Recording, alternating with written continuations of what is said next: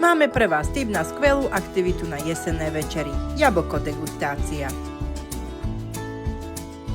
Pripravili sme si degustačné hárky a v obchode sme nakúpili niekoľko odrôd jablk. Pre každú odrodu sme napísali štítok s číslom a názvom. Jablčka sme nakrájali a mohli sme sa pustiť do degustácie a hodnotenia. Hodnotili sme farbu, vôňu a samozrejme chuť. Každá odroda dostala body od 1 do 5 v každej kategórii. Nakoniec sme body spočítali.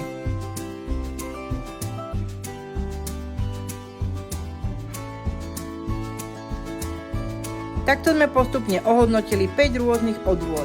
Vyberali sme tak, aby mali jablčka rôznej farby a chute a ako sme zistili, aj vône boli dosť odlišné. Nakoniec sme vyhlásili absolútneho víťaza. A keďže 13. september je Medzinárodným dňom čokolády, čo tak skúsiť čokodegustáciu.